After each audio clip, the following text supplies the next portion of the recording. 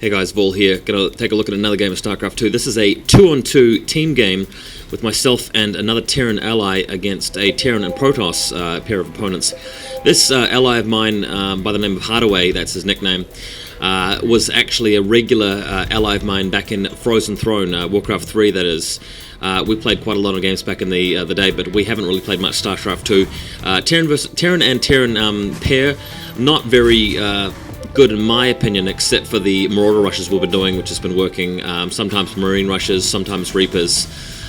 Sometimes it works, sometimes it doesn't, but we haven't really come up against any really seriously good opponents, so we don't really know what the plan is. But we are being I was about to say Forge rushed.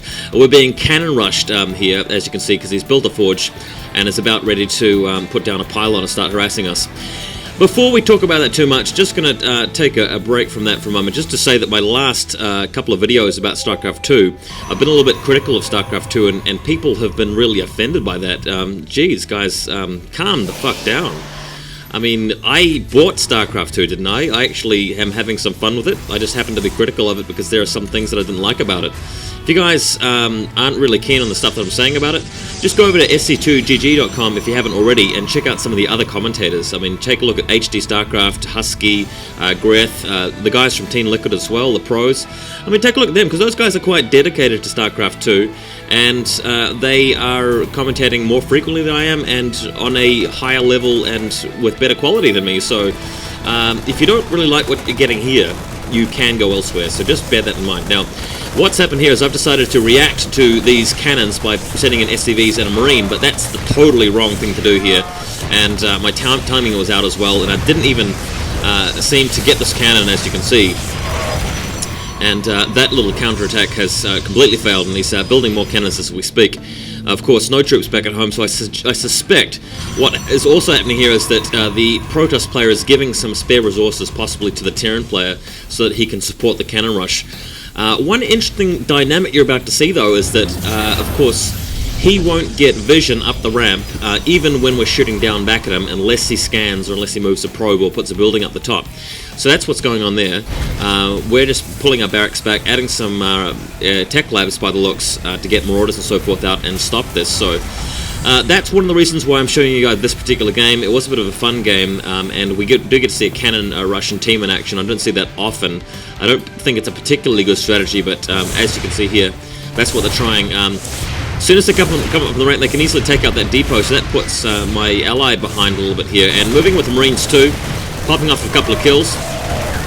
Not quite enough Marines there to get the job done. Looks like it's a one-on-one between those two guys, and the probe just hanging around. What we really need to do there is kill that probe, just to make sure that that he can't get the vision. He's putting down a pylon there, but the thing is that pylon is going to be closer to us than the cannons are, and we'll be able to outrange the cannons while still shooting at the pylon. So I still don't think it's that effective. I'm not really sure what these guys had in mind completely. He is putting down a gateway back at home, though, so he'll be able to support with some actual troops before too long. And there you have it. Moves up on the rank with a Marine. That Marine will be toast as soon as the Marauders catch up with it. But at this point, as you can see, it's quite easy to kill the cannon, so he'll have to start compensating at this point. Making sure we don't get hit by that low. The ally here has got a unit hanging out. More cannons going down here. I feel like our opponents here really ought to have abandoned that cannon,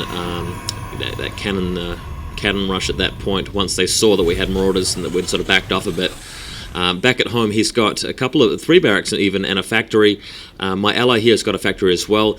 Not that you really need siege tanks. I mean, you need siege tanks if he's got an air unit around to permanently give those cannons vision. But as you can see here, really easy to just knock out those cannons once he's used up all his comsat energy. Of course, using that comsat energy in the meantime means that he's got less mules back at home for his economy. So, pretty bad way. And he's got a starport as well, so quick tick, and even a command center, so getting everything at once, probably because he'd not spent enough minerals early on, or his Protoss buddies just passed a whole lot onto him. Sorry if you guys feel that this game is a complete noob fest. I would agree. None of the players in this game really fully know what they're doing, but it was just a bit of fun, that's all, so I thought I'd show you this. I have Indeed, taken on board the fact that the new video length is 15 minutes, by the way, guys. Thanks for everybody who's been pointing that out. I did see that there on YouTube anyway, so I will, only crop videos to 2 videos if it's up to 30 minutes, for example, just to save you guys having to continuing to load new videos when you watch the stuff, but that's all right. Yeah, I mean, just if I could continue what I was saying before about my opinions on StarCraft 2.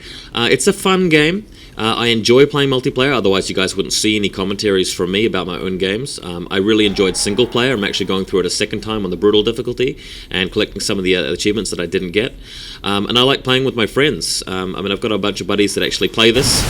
So I've been playing 2-on-2 games, 1-on-1 custom games, even some 3-on-3.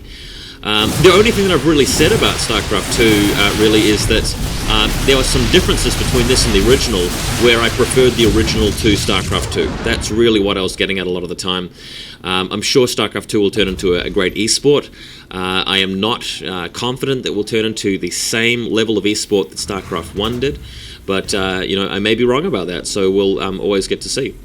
At this point, though, we're heading over to the enemy base to crush them. He's had plenty of time to get some tanks and so forth. We're sieging up at this point.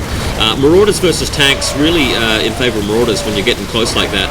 Easily able to pick up the tanks before they get shot. And the main point of difference here, though, is that Banshee. None of us were expecting that, and that Banshee is going to be able to slowly take out every single attacking unit we've got here. It may have even been a better idea to pull back with all of our forces, but an equally reasonable idea, I felt, was just to stay there and attack and do as much damage to their economy as we possibly could. And that's what's happening, as you can see here. Marauders just moving in and killing as many SCVs as we can. I'm expanding down at the 4 o'clock location right now as we speak. But yeah, it's lucky that he had Banshees there. It's kept them in the game, and the Protoss players tech straight to Void Rays in the meantime. As you guys can see, I've actually sent some Marines in through a proxy barracks that I had in the corner of their base over at the 2 o'clock position. I was hoping that was going to do some damage, but funnily enough, he's built cannons there. I mean, he didn't need cannons there, but funnily enough, the cannons have worked out anyway since I had a proxy barracks. Maybe he was mapping. I seriously doubt that he was map hacking. In fact, it's a bit of a silly thing to say. I mean, obviously he's just the kind of guy who likes to build a lot of cannons. He built cannons at the start of the game. He's building cannons throughout the middle of the game. Just one of those types of guys that feels safe when there's more cannons. I'm trying to get rid of the destructible rock so our forces can go around to the back. But this little team of zealots has spotted us and is picking us off. So that's not really going to work, but shouldn't be long before we have another large group of attack forces again. I've got the expansion up and running now. My economy's pretty weak. Haven't actually been building a lot of SCVs during all of this, unfortunately. Been a bit slack, but here you go. There's another attack in, going through the destructible debris. Banshee's going over to my ally there, so that's really going to weaken his economy if he doesn't get some turrets and Marines there to defend. But hopefully he should be right. And at this point, able to move up the ramp, and should be able to take on those zealots once you've got concussive grenades, the slowing grenades. So that's quite good. And Banshee's really ripping into this expansion here, so that's going to slow him down.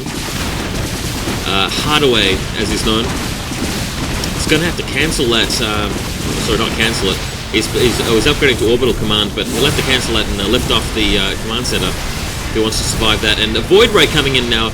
We're going to need some Vikings to take that out, because all I've been building is pure Marauders so far with a medvac, and luckily, well, it's the second one. Luckily, some Vikings show up in the nick of time, though, so they'll be able to knock out that Viking, and we should be able to do some damage, some serious damage against these probes.